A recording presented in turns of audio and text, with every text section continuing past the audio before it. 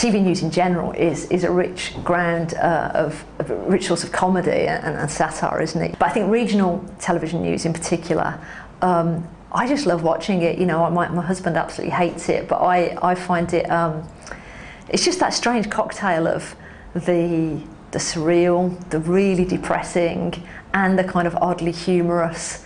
The news review was about a local news presenter called Frank, who I guess is seen as a bit of a joke. You know, he tells very corny jokes at the end of his reports and has these kind of awful plays on words.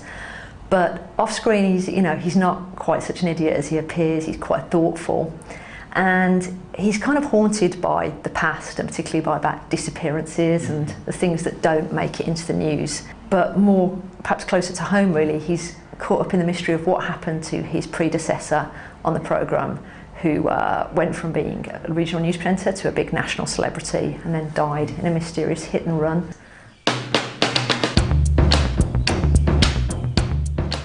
I do remember once when I was working in a record shop and the local news presenter came in as a customer. I just imagined what it must be like for him to go through life being constantly thought of as a bit of a joke, this kind of slightly cheesy character, and actually being, you know, possibly very different behind the scenes.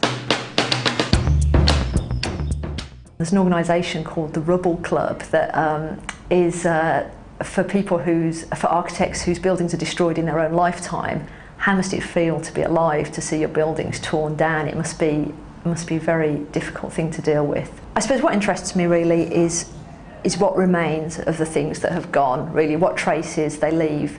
And that's true of both people and places.